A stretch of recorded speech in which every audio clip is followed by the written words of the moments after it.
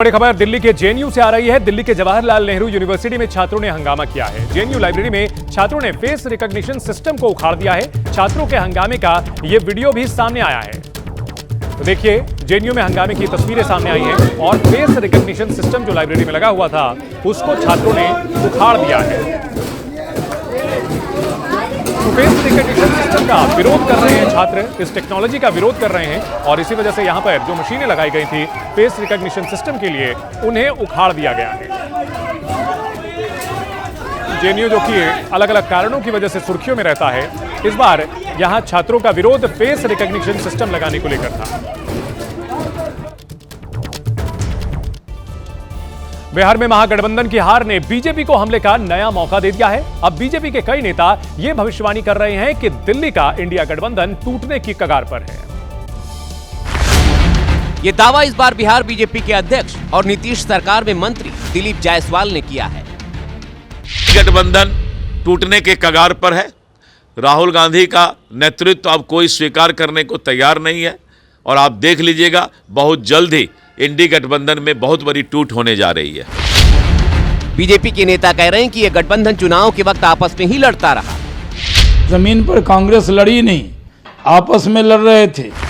Seat बंटवारा हो या फिर आपसी समन्वय, बिहार चुनाव के दौरान महागठबंधन के अंदर आखिरी दिन तक मतभेद नजर आए थे।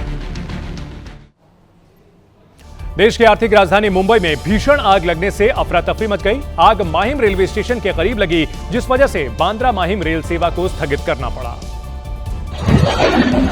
आग रेलवे ट्रैक के करीब झुग्गियों में लगी और देखते ही देखते चिंगारी ज्वाला में बदल गई और पूरे इलाके को उसने अपनी चपेट में ले लिया। सूचना पर फायर ब्रिगेड की कई गाड़ियां मौके पर पहुंची और आग बुझाने की कोशिश शुरू हुई।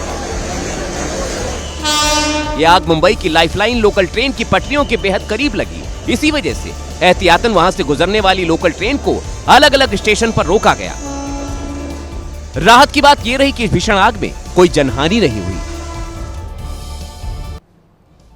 महाराष्ट्र के पुणे में एक गांव के लोग तेंदुए से डरे हुए हैं। ये तेंदुआ आए दिन लोगों पर हमला कर रहा है, लेकिन अब तक लोगों ने तेंदुआ का इलाज अब खुद से निकालने का फैसला किया है।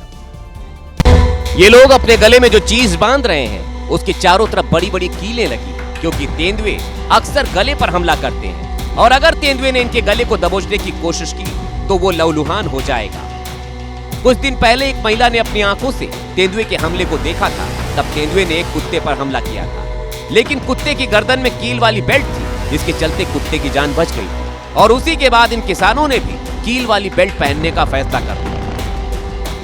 इसे देखते हुए अब प्रशासन ने इलाके में 3000 से ज्यादा कील वाली बेल्ट बांटी है, ताकि खेत में काम करते वक्त लोग सुरक्षित महसूस कर सकें। दरअसल शिरूर तालुका के पिंपरखेड़ा गांव में पिछले 20 दिन में 3 लोगों की जान तेंदुओं के हमले में जा चुकी है। लगातार बढ़ रहे खतरे के बीच अब गांव के लोगों ने सेल्फ डिफेंस के लिए अनोखा तरीका निकाल लिया है, जिसकी चर्चा हर तरफ हो रही है। प्रशासन भी मानता है कि पिछले कुछ समय से तेंदुए के हमले के मामलों में बढ़ोतरी हुई है। प्रशासन की टीम भी गाँव में तैनात है। कुछ तेंदुओं को पकड़ा भी गया है, लेकिन इनकी संख्या इतनी ज्यादा है जिसके आगे प्रशासन भी मजबूर है।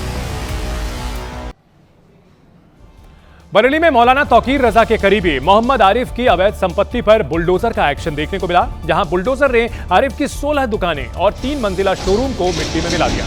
जैसे ही बीडीए की कार्रवाई शुरू हुई, आसपास के इलाकों में अफरा तफरी और दहशत फैल गई। बीडीए की टीम के मौके पर पहुंचते ही पुलिस ने पूरे क्षेत्र को चारों ओर से घेर लिया, ताकि बुलडोजर की कार्रवाई में कोई रुकावट ना आए।